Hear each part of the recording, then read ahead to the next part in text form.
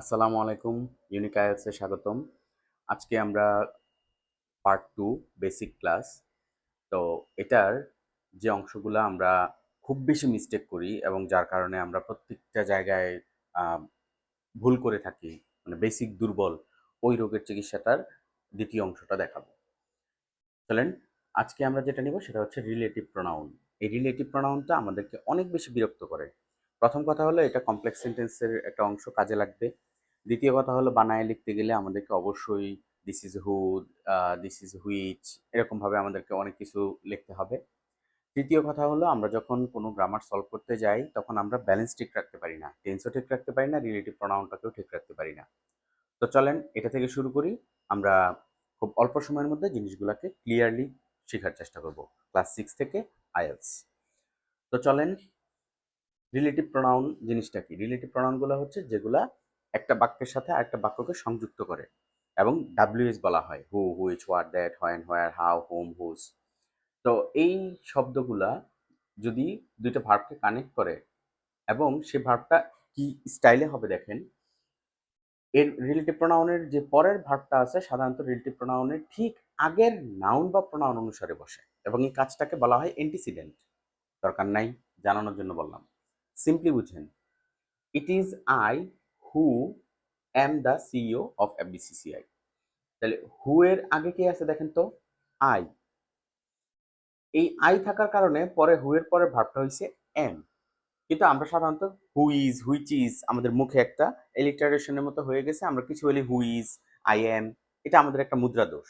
আমরা বাঙালিরা কিছু হইলে I M a student, I am go to college, মানে আয়ের সাথে এম না বলতে পারলে আমাদের যেমন ডিএন এর মধ্যে একটা বড় ধরনের সমস্যা হয়ে গেছে। আয়ের সাথে এম হয় না, কেমনে পসিবল, বাক্য হয় নাকি?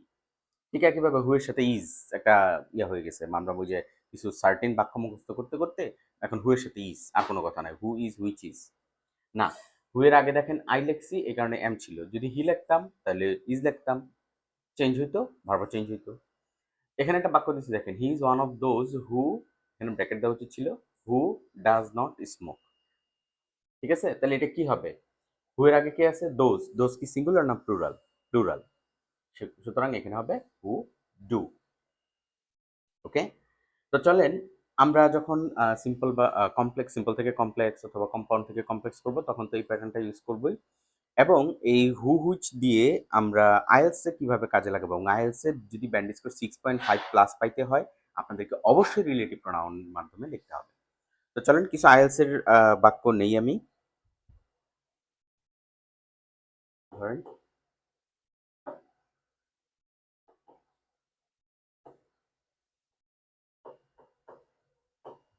Government who, government who. এবার ধরেন আমরা বানায় লিখতেছি, তো এটা দেওয়া আছে, এটা লিখতে হবে যে একটা সরকার সে রান করতে গিয়ে ফেল করছে। তাহলে কি হবে? গভর্নমেন্ট হু ফেইল না ফেইলস, কোনটা হবে? যদি গভর্নমেন্ট হয়, যেহেতু এখানে গভর্নমেন্টের সাবজেক্টের সাথে কি নাই, এস নাই, ঠিক আছে। যদি এস না থাকে তাহলে এটা হচ্ছে সিঙ্গুলার, তখন হবে হু ফেইলস। আর যদি গভর্নমেন্টের সাথে এস থাকে তাহলে এটা হবে হু ফেইল। ঠিক আছে, আমরা এসইএস এর সূত্রটার মধ্যে শিখছিলাম, সাবজেক্টের সাথে এস থাকলে ভার্বের সাথে দেওয়া যাবে না, সাবজেক্টের সাথে না থাকলে ভার্বের সাথে দিতে হবে। তো ধরেন একটা বাক্য নিলাম, governments who fail to address climate change may face severe consequences. অথবা আরেকটা বাক্য নিলাম, ধরেন রিনিউয়েবল এনার্জি, রিনিউয়েবল এনার্জি এটা আসছিল বিগত কোশ্চেনে, হুইচ, রিনিউয়েবল এনার্জি মানুষ না অমানুষ? অমানুষ মানে আমরা যেটা ব্যক্তি না, বাকি সব কিছুকে আমরা অমানুষ হিসাবে ধরবো। ঠিক আছে, তাহলে গভর্নমেন্ট একটা ব্যক্তি, সরকার। আর রিনিউয়েবল এনার্জি এটা অবশ্যই বস্তু, মানে মানুষ না, বস্তু দরকার নাই, মানুষ না। তাহলে রিনিউয়েবল এনার্জির পরিবর্তে কি বসবে? হুইচ। হুইচ, এবার আমি ধরেন আমরা যেটা আমাদেরকে সুবিধা দিচ্ছে, এখানে আমি অফার দিলাম ভার্বটা, তাহলে কোনটা নেবেন? রিনিউয়েবল এনার্জি হুইচ, তাহলে হুইচ তো আমার, আমি অমানুষ হিসাবে হুইচ আনছি, কারণ হুইচের পরে কি ভার্ব আনবো এই জায়গাটাতেই ভুল করি। আর টিচাররা জাস্ট খালি ফোকাস করে ওই জায়গাটাতে, ও আচ্ছা তুমি ভার্ব বুঝো না। টিচাররা সব দেখতে যায় না, তারা জানে কোথায় ভুল করবে স্টুডেন্টরা। তাহলে যেহেতু এনার্জি এটার সাথে এস নাই, তাহলে এখানে কি হবে, অফার্স। আর যদি এখানে আমি রিনিউয়েবল এনার্জি না লিখে লিখতাম এনার্জিজ, অনেকগুলো এনার্জি, ধরেন যে পাওয়ার, সানলাইট, তারপরে হচ্ছে কয়েল, ওয়াটার, এরকম যদি অনেকগুলো পাওয়ার হইতো তখন তো হয়তো এনার্জিজ, তখন কিন্তু অফার্স হইতো না, তখন কি তো অফার। ঠিক আছে, সুতরাং আমাদেরকে ফোকাস রাখতে হবে যখন আমরা রিলেটিভ প্রোনাউন লিখতেছি, যে এই রিলেটিভ প্রোনাউনের পরে যেই ভার্বটা বসাবো ওইটা ঠিক মতো বসাইতে পারতেছি কিনা, রিলেটিভ প্রোনাউনের পরে যে ভার্বটা সেটা ঠিক হইতেছে কিনা, এটাই দেখবে স্যাররা। এটা যখন ঠিক হয়ে যাবে আপনি মার্ক পেয়ে যাবেন। এই হচ্ছে আমাদের রিলেটিভ প্রোনাউনের অ্যাকচুয়াল জিনিস, আর এই কাজটাকে অ্যান্টিসিডেন্ট বলে। এখন ক্লাস 7-এর ধরেন আমার স্কুলে যদি যাই বা আমাদের এলাকার আশপাশের স্কুলে যদি যাই, গিয়ে যদি স্টুডেন্টদেরকে বলে আজকে তোমাদেরকে অ্যান্টিসিডেন্ট পড়াবো, পোলাপান কিন্তু আগ্রহ নিয়ে পড়বে না, বরং আরো অ্যান্টিসিডেন্ট কি জানি বলে, কই জানি কাজে লাগে, দরকার নাই। জাস্ট খালি জিনিসটা বুঝেন, যদি রিলেটিভ প্রোনাউন ইউজ করেন ভার্বটা ঠিক রাখবেন। আর রিলেটিভ প্রোনাউন ব্যক্তির পরিবর্তে হু, বস্তু থেকে শুরু করে বাকি সবকিছুর পরিবর্তে হুইচ, আর হোয়াট, হোয়েন, হোয়ার, হাউ, এগুলো তো আপনাদের লিস্ট আছে, সময় হলে হোয়েন, ঠিক আছে, জায়গা হলে হোয়ার, এতটুকু কমন সেন্স বাচ্চাদের আছে। আর যারা আইএলস বানায় লিখবেন, দেখছেন আইএলস স্টাইলের বাক্যটা কিন্তু আমি নিচ্ছি। Okay, governments who, renewable energy which, তারপরে ধরেন সিটিজেন্স হু আর, তারপরে হচ্ছে ঠিক আছে, পিপল হু। ওকে, আচ্ছা, তো এই হচ্ছে আমাদের রিলেটিভ প্রোনাউনের যে ফাংশন। এরপরে আসেন উড দ্যাট। উড দ্যাট দিয়ে অসম্ভব কল্পনার যে বাক্যগুলো আছে সেগুলা লিখতে পারি। তো এটা আইএলস এ খুব কম কাজে লাগবে। এটা যেটা আপনার মানে এইচএসসি পর্যন্ত, 6 থেকে এইচএসসি পর্যন্ত একটা কথা মুখস্থ করে ফেলবেন যে উড দ্যাট থাকা মানে কুড দিতে হবে, আর কিছু না। আপনি ফোকাস করবেন পরের শব্দটা বাক্যটাতে আমি কুড দিতেছি কিনা। বাকি যাই লেখেন কম বেশি যদি কমন সেন্স থাকে, এলোমেলো না লেখেন, পাগল না হন, তাহলে অন্তত কমন সেন্সের লেখাটা লিখলেও কুড দিয়ে লিখতে হবে, কুড ছাড়া লিখলে নাম্বার দিবে না। তাহলে উড দ্যাট থাকলে পরবর্তীতে কুড দিতে হবে, এক কথায় শেষ। Would that I could go to college. এবার আসেন খুব important, most of the time এটা আসবেই, এখান থেকে 2 থেকে 3 নাম্বার অবশ্যই থাকে, ঠিক আছে, from 6 to HSC second year, HSC final. তো এখানে দেখেন as if, as though, wish, if only, এই শব্দগুলো যদি থাকে তাহলে বিভার্ব হিসেবে ওয়ার বসে, আপনাকে ওয়ার বসায় কথা বলতে হবে ভাই। এটা আসছে ওয়ার দিবেন, বাস শেষ, আপনি এটা শিখেন। আপনি না পারলে মুখস্থ করেন। Would that, as if, as the, wish, if only, এগুলো যদি থাকে তাহলে সেখানে বিভার্ব হিসেবে ওয়ার দিতে হবে, দিতে হবেই, এখানে কোনো ছাড় নেই। দেখেন I wish I were a king, he talks as if he war A mad. Just common sense ওয়ালা যে কোনো বাক্য লিখে দেবেন। ওকে, তো এই বাক্যটা যদি আপনারা আইএলস এ ইউজ করেন তাহলে কিন্তু আপনারা অনেক বেশি মার্কস পেয়ে যাবেন, ব্যান্ড স্কোরটা অনেক বেশি বেড়ে যাবে। আমি একটা 7 ব্যান্ড স্কোরের লেখা বানিয়ে নিয়েছিলাম, আমরা লেখাটা একটু দেখি।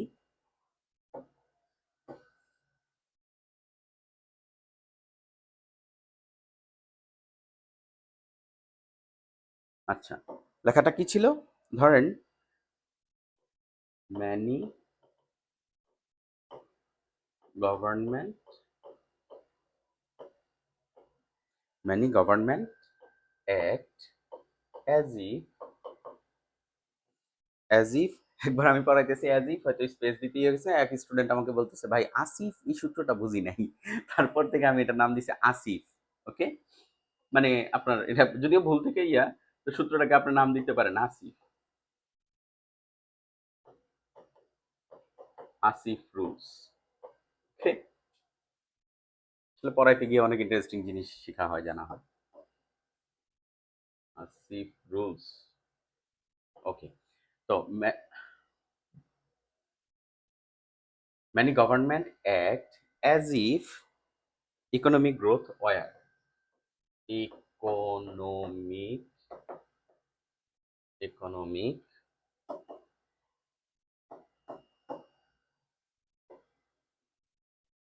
economic growth, এই যে were the main source of success. Okay, এখন এই ওয়ারটা যদি না দেন, ধরেন আমি তো ভাই 7 পাইতে চাই, এই কারণে আমি অনেক করে এই এই বাক্যটা বানাইছি। এখন বানাইতে গিয়ে আমি ওয়ারটাই দেই নাই। যদি এই ওয়ারটাকে আপনি না দেন, তাহলে পুরো বাক্যটাতে 0 পাবেন। গ্রামাটিক্যাল মিস্টেকের কারণে আপনার মাইনাস মার্কিং হবে। যদি বানায় লিখতে না পারেন বা আপনার গ্রামারে সন্দেহ থাকে, তাহলে ওই প্যাটার্নতে যায়েন না। আর যদি ওই প্যাটার্নটাতে যান, অবশ্যই ওইটার গ্রামাটিক্যাল স্ট্রাকচার ঠিক রাখতে হবে। সুতরাং মেইন স্ট্রিমটা হচ্ছে আপনার এই ওয়ার। দেখছেন, অ্যাজ ইফ লেখার কারণে আমাকে এখানে ওয়ার আনতে হয়েছে এবং বাক্যটা খুব সুন্দর একটা অর্থ দিচ্ছে।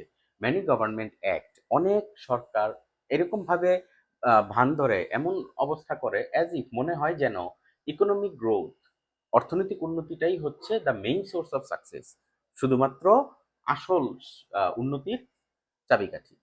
তো এই যে বাক্যটা আমি লিখছি, এটা একটা 6.57 ব্যান্ডিজ করে লেখা হয়েছে, অর্থটা খুব সুন্দর দিছে। হ্যাঁ, যদি আমি এইভাবে না লিখি, যত কথাই আমরা লিখতে যাই, এটাকে আমি ভাঙিয়ে অন্যভাবে লিখতে হবে। মানে government is showing the growth as their economic growth as their success, আমরা সিম্পল লিখতে পারতাম, বাট ওইভাবে না লিখে যদি এইভাবে লিখি, তাহলে আমি মার্কস পেয়ে যাব। এরপরে ধরেন আমি আরেকটা ইউজ করলাম, যে citizens often wish their leaders invested more in public welfare. If only policymakers prioritize environmental sustainability, future generations would face fewer challenges. তো এখানে জাস্ট অ্যাজ ইফ না দিয়ে আপনি অন্যগুলো দেন, সমস্যা নাই। As though, many government act, as though economic growth, okay, then আপনি দেন if only many governments act economic growth, না, ইফ অনলি দিয়ে এটা পারফেক্টলি আসতেছে না, অ্যাজ ইফ অ্যাজ দো, এই দুইটা দিয়ে করতে হবে। ওকে, এরপরে আসেন হোয়াইল। হোয়াইল দিয়ে আমরা টাস্ক 1 এর মধ্যে অনেক বাক্য লিখতে পারি, ঠিক আছে? এবং যারা এসএসসি এইচএসসি তে পরীক্ষা দিবেন, তারা তো হোয়াইলের সূত্র অবশ্যই পাবেন, গ্যারান্টি 100%। যদি না আসে, রেজিস্ট্রেশনের টাকা ফেরত। হোয়াইলের হোয়াইল প্লাস ভার্বের সাথে আইএনজি, হোয়াইল প্লাস সাবজেক্ট হলে পাস্ট কন্টিনিউয়াস টেন্স, মানে কন্টিনিউয়াস টেন্সে দিতে হবে। সিম্পলি এই জিনিসটা শিখে ফেলেন। আর আইএলস এর যখন টাস্ক 1 লিখবেন, তখন কিভাবে লিখবেন আমরা একটা উদাহরণ দিচ্ছি।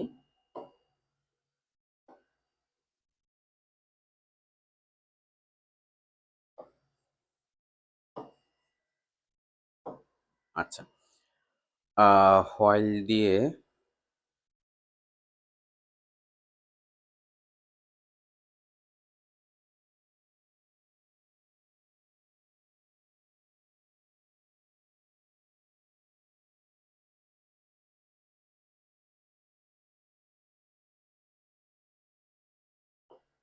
হোয়াইল, ধরেন সেলসের একটা ডেটা আসছিল, এটা হচ্ছে 2000, ম্যাক্কার বইয়ে আছে 2025 সালে। While sales were increasing, sales were increasing একটা অংশ, দ্য কোম্পানি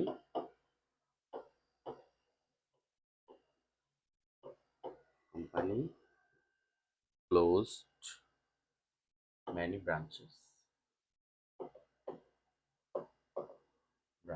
okay? তো while sales were increasing, খেয়াল করছেন, পাস্ট কন্টিনিউয়াস, আর এখানে তো পাস্ট টেন্স দিছি, ক্লোজড, ব্যালেন্স ঠিক আছে। সুতরাং হোয়াইল যখন ইউজ করবেন, তখন এটা মাথায় রাখতে হবে যে আমাকে এখানে একটা কন্টিনিউয়াস টেন্স ইউজ করতে হবে। আমার আগের ভিডিওতে ছিল কন্টিনিউয়াস মানেই ING, am is are ING present continuous, was were plus past ING past continuous, that's it. কিন্তু খেয়াল রাখতে হবে হোয়াইলের পরে এই আইএনজির ফাংশনটা যেন থাকে। ওকে, এরপরে আসেন had better, had rather, would better, would rather, must, need to, dare to, ought to, এই জিনিসগুলো যদি থাকে, এটার আমি নাম দিচ্ছি মোডা অক্সিলিয়ারি। ঠিক আছে, মোটা অক্সিলারি কেন? কারণ দেখেন এই জিনিসগুলা একটু ভার্বগুলা মোটা মোটা, যেমন আমরা সাধারণত ভার্ব কি করি, am is are was were, ছোট ছোট শব্দ, am is are was were, ঠিক না? ছোট ছোট শব্দ। কিন্তু এইগুলো দেখেন, had better, had rather, would better, would rather, মানে অনেকগুলো, দুইটা অংশ নিয়ে এই বাক্যটা ক্রিয়েট হয়। তো এই ক্ষেত্রে আপনাকে কি করতে হবে, এই শব্দগুলো যদি থাকে তারপরে কখনো কোনো দিন ভার্বের বেস ফ্রম ছাড়া অন্য কিছু দিতে পারবেন না। আমি আপনাদেরকে সিম্পলি বলে দিই, বেস ফ্রম V1 আর হচ্ছে V0 একটা পার্থক্য আছে। বেস বেস ফ্রম মানে হচ্ছে ধরেন ইট, এটাকে বেস ফ্রম। যখন ইটস করবেন তখন এটা বেস ফ্রম না, এটা প্রেজেন্ট ফ্রম ইট। ঠিক আছে? তো ইটটাকে আপনি বেস ফর্মে ইউজ করতে পারবেন, প্রেজেন্ট ফর্মে ইউজ করতে পারবেন। ঠিক আছে? কিন্তু ইটসকে বেস ফর্ম বলতে পারবেন, প্রেজেন্ট ফর্ম বলতে পারবেন, এবং খেয়াল করেন, ইটটাকে আপনার বেস ফর্ম বলতে পারেন, আর ইটস যেটা আছে এটা প্রেজেন্ট ফর্মও বেস ফর্ম। ওকে? বাট এটা যদি বেস ফর্মে এস লাগান তাহলে সেটা প্রেজেন্ট ফর্ম হবে না, কারণ এটাতে এস হবে না কখনো। এটা প্রেজেন্ট বাট বেস না, আর এটা বেস বাট এটা বেসও প্রেজেন্ট।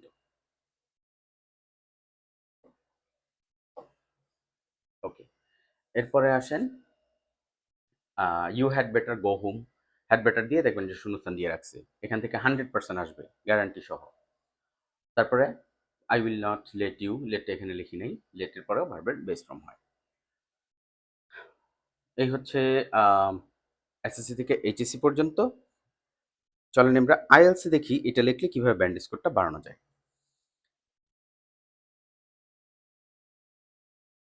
টাস্ক 2 এর মাঝে আমরা যে কথাটা ধরেন কনক্লুশনের মধ্যে যাই তখন যেটা লিখতে পারি সেটা হচ্ছে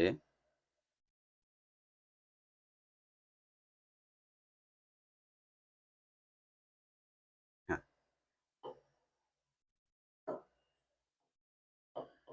গভর্নমেন্ট, যেটা ইচ্ছে নেন, had better, had rather, would rather, যা ইচ্ছে নেন। Government had better invest more in renewable energy। এই একটা বাক্য আমি লিখলাম। এখন এই বাক্যটাতে যেটা করব, দেখেন হ্যাড বেটার লিখছি, তারপরে এই যে দেখেন ইনভেস্ট বেস ফর্ম। ওকে, এখন এখানে আমি হ্যাড বেটারের জায়গায় যদি হ্যাড রেদার লিখি, উড রেদার লিখি, মাস্ট লিখি, নিড টু লিখি, ডেয়ার টুটা অন্য অর্থ দেয়। হ্যাঁ, প্যাটার্ন একই থাকবে, অর্থ কাছাকাছি থাকবে, সুন্দর হবে। ঠিক আছে? এটা একটা ভার্বাল ফ্রেজ। এগুলো যখন লিখবেন তখন আপনি অনেক বেশি মার্ক পেয়ে যাবেন, ব্যান্ড 7.5 এর দিকে চলে যাবে। তো এটা কনক্লুশনের দিকেই থাকে সবসময়, যে এটা পরামর্শমূলক শব্দ এগুলা। You had better go home, you would rather see a doctor, you must go there, you need to cut your hair. হ্যাঁ, তো এরকম ভাবে আপনারা যখন জিনিসগুলোকে ইউজ করবেন তখন আপনাদের অটোমেটিক বেসিকও ভালো হয়ে যাবে, মার্কসও পেয়ে যাবেন। এরপরে দুইটা প্যাটার্নে লিখতে পারলে ভালো, মানে দুইটা স্টাইলে, যেমন no sooner had past participle then পরে পাস্ট ইনডিফিনিট। টেন্সটা আগে শিখে ফেলি। No sooner had then, scarcely had when, hardly had when বা বিফোর। তো এগুলোর পরে প্রথম অংশটাতে হবে পাস্ট পার্টিসিপল, পরের অংশটাতে হবে past indefinite.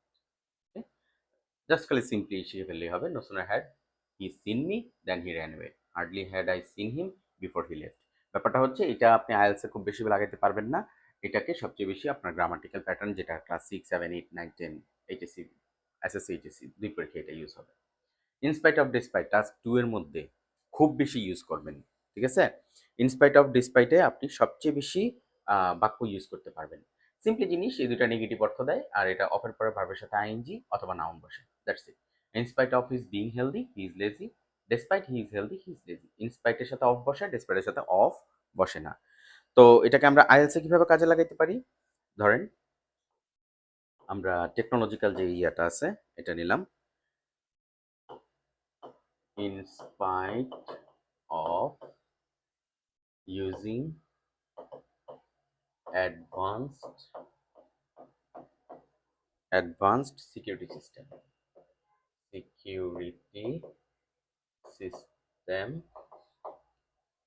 system uh, many companies experience data breach মানে চুরি আর কি। তাহলে এই যে আমি লিখছি ইনস্পাইট অফ দেখেন ইনস্পাইট অফ, এই যে ইউজিং ভার্বের সাথে আইএনজি, আর বাকিটা দেখেন নেগেটিভ কথা লিখছি, এটা মাথায় রাখবেন। ইনস্পাইট অফ ডেসপাইট, এটা আমি শুধু এইভাবে লিখতে পারতাম, despite, despite advance security, despite using advance security. এখন এখানে খেয়াল রাখবেন যে এই কথাটা যা লিখবেন পরের অংশটা কিন্তু তার উল্টা কথা হবে। In spite of sick I take the class, in spite despite I despite of sickness I record the class, এরকম উল্টা হবে।